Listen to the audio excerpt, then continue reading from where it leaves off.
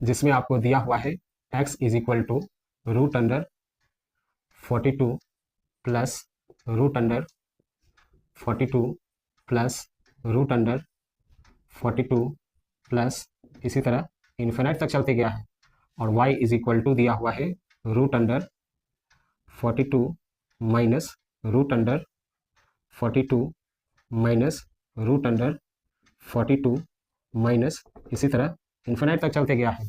तो आपको इस क्वेश्चन से x minus y is equal to क्या होगा, यही आपको कैलकुलेट करना है। तो यहाँ से x का वैल्यू कैलकुलेट करेंगे और यहाँ से y का वैल्यू कैलकुलेट करेंगे। x और y का वैल्यू यहाँ पुट कर देंगे तो x minus y is equal to निकल जाएगा। तो अब यहाँ देखिए सभी जगह 42 लिखा गया है और सभी जगह प्लस भी लिखा गया है।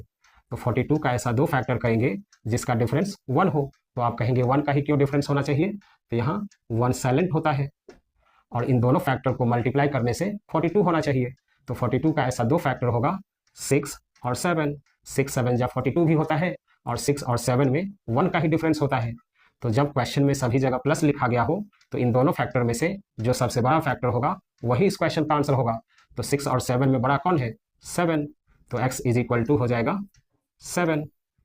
अब यहाँ देखिए यहाँ भी सभी जगह 42 और सभी जगह माइनस ही लिखा गया है। तो यहाँ भी 42 का ऐसा दो फैक्टर करेंगे जिसका डिफरेंस 1 हो। तो 1 का ही क्यों डिफरेंस होना चाहिए, तो यहाँ 1 ही साइलेंट होता है। तो 42 का ऐसा दो फैक्टर होगा 6 और 7। 6 7 जा 42 ही होता है और 6 और 7 में 1 का ही डिफरेंस होता है।